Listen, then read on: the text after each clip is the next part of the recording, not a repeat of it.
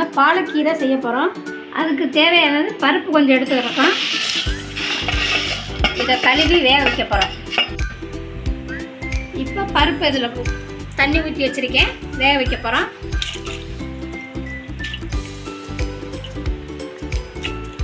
பொங்காததுக்கு கொஞ்சம் எண்ணெய் ஊற்றிக்கலாம்.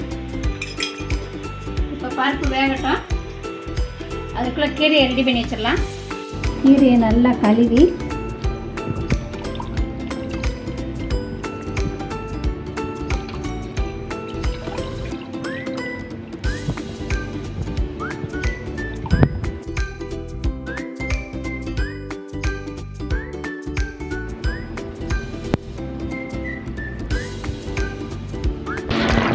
கீரை இப்போ 3 தடவை அலசி வச்சுருக்கோம்.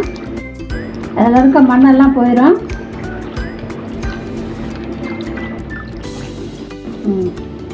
கீரையை நல்லா 3 தடவை அலசியாச்சுமா, புழிஞ்சு வச்சுக்கலாம்.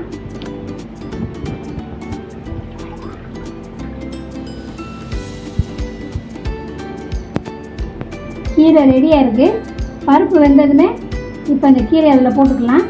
வெயிட் பண்ணுவோம், பருப்பு வேகட்டும். பருப்பு வெந்துருச்சு. இப்போ கீரையை போட்டுடலாம்.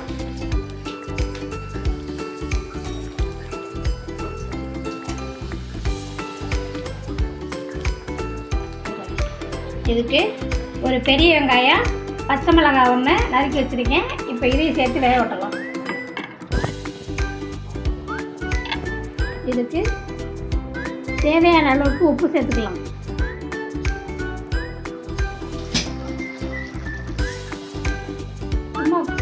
கொஞ்சமாக தண்ணி சேர்த்துக்கலாம், ஒரு 1/2 கிளாஸ்.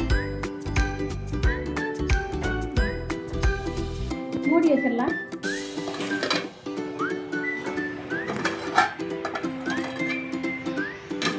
கீரை பருப்பு எல்லாம் வெந்துடுச்சு.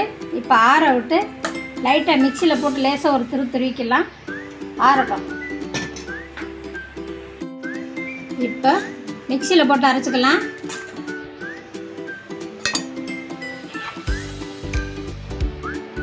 ரெண்டு தடவை போட்டுக்கலாம், இல்லாட்டினா மேலே தெரிச்சிடும்.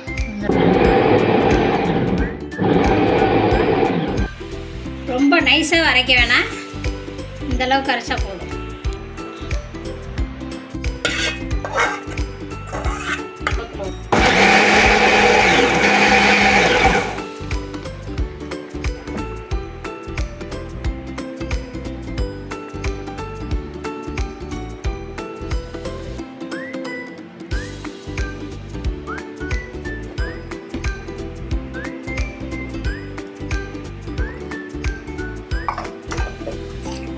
கீரை ரெடி ஆயிடுச்சு. இப்போ தாளிச்சிடலாம். எண்ணெய் ஊற்றிக்கலாம். கடுகு உளுந்தம் பருப்பு,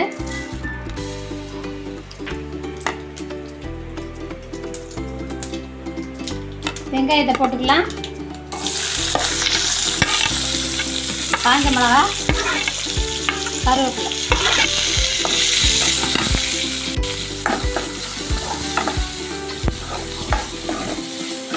கொஞ்சமாக பெருங்காயம் சேர்த்துக்கலாம். அவ்வளோதான்.